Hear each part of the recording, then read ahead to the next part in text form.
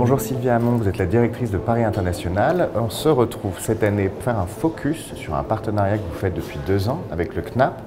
Pourquoi ce partenariat fait-il sens? Malgré nos différences de méthode et de statut évidents, public, privé, nos objectifs sont en fait similaires. Promouvoir le travail des artistes, leur permettre de produire des œuvres, de les présenter à un public le plus large possible.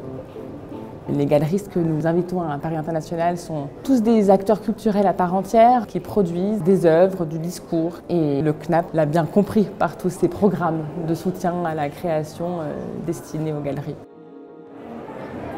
Bonjour Béatrice Salmon, vous dirigez le CNAP et c'est la 2e année consécutive que vous êtes partenaire de cette foire. Qu'est-ce que le CNAP? Qu'est-ce que cet acronyme? Alors qu'est-ce qui se cache derrière CNAP? Le Centre National des Arts Plastiques, donc, qui est un organisme qui est financé par le ministère de la Culture. Et c'est ce ministère qui effectivement nous demande d'être l'opérateur de sa politique au service des arts visuels. Nous avons 2 grands volets d'intervention au CNAP.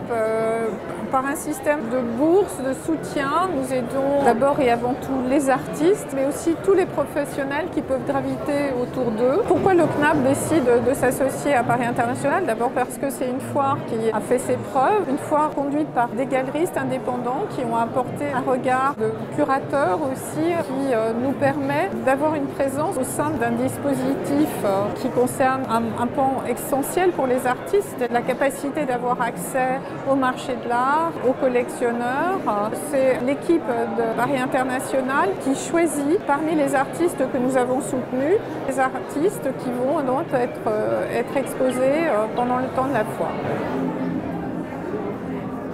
Cette année, les artistes sélectionnés à travers un dialogue entre l'équipe de Paris International et les équipes du CNAP se concentrent sur des artistes non représentés par des galeries. Tous les médiums sont représentés. On trouve le film avec Ruth et Mazias, une œuvre sonore d'Eva Barthaud, la photographie avec Malik Nejmi et enfin la sculpture, l'écriture ou le dessin avec Béatrice Lussol.